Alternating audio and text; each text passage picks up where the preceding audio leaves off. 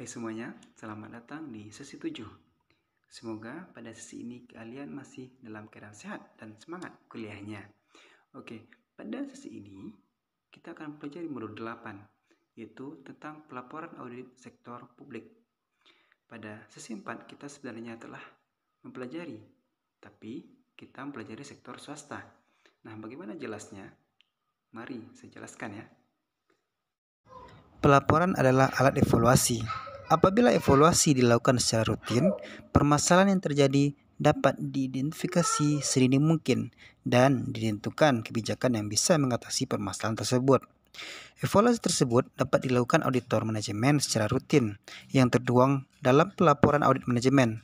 Laporan hasil audit manajemen menjadi bentuk pertanggungjawaban auditor yang disusun harus sesuai dengan fakta yang terjadi. Pelaporan audit menjadi tahap akhir dari kegiatan audit manajemen sektor publik.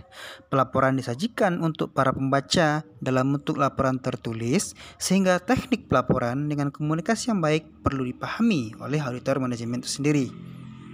Ada dua topik yang akan kita bahas pada modul ini. Pertama, konsep pelaporan audit sektor publik, dan kedua, komunikasi dan tindak lanjut audit untuk sektor publik.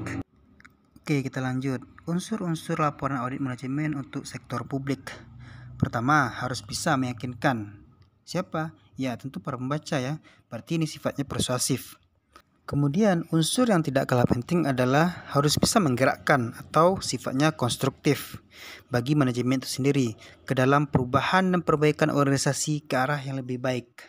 Kemudian topik selanjutnya pada KB1 ini adalah unsur pembentuk laporan audit manajemen.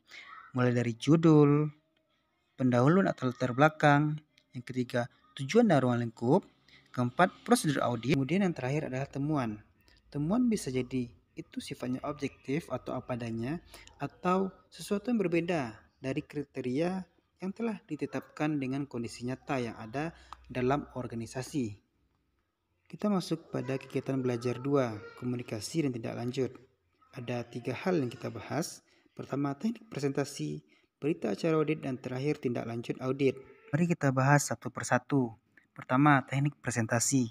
Intinya adalah presentasi itu harus singkat, padat, dan jelas. Siapa yang presentasikan? Yaitu adalah ketua tim audit sebagai perwakilan dari audit manajemen.